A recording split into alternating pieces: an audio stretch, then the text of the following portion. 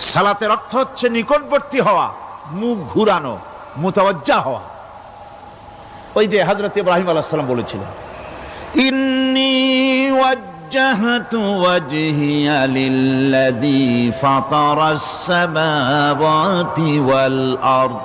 জানেন আপনারা?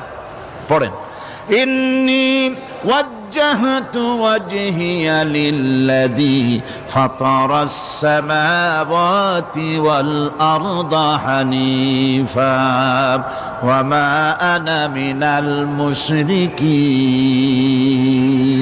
নিশ্চয় আমার মুখ ঘুরায় দিলাম কার দিকে? যিনি আকাশ এবং জমিনের স্রষ্টা, সব কিছুর মালিক যিনি, তার দিকে আমি মুতাওয়াজ্জা হলাম। নামাজের অর্থই হচ্ছে মুতাওয়াজ্জা হওয়া, মুখ ঘুরিয়ে দেওয়া, চেহারা ঘুরিয়ে দেওয়া। আর নামাজের আরেক অর্থ হচ্ছে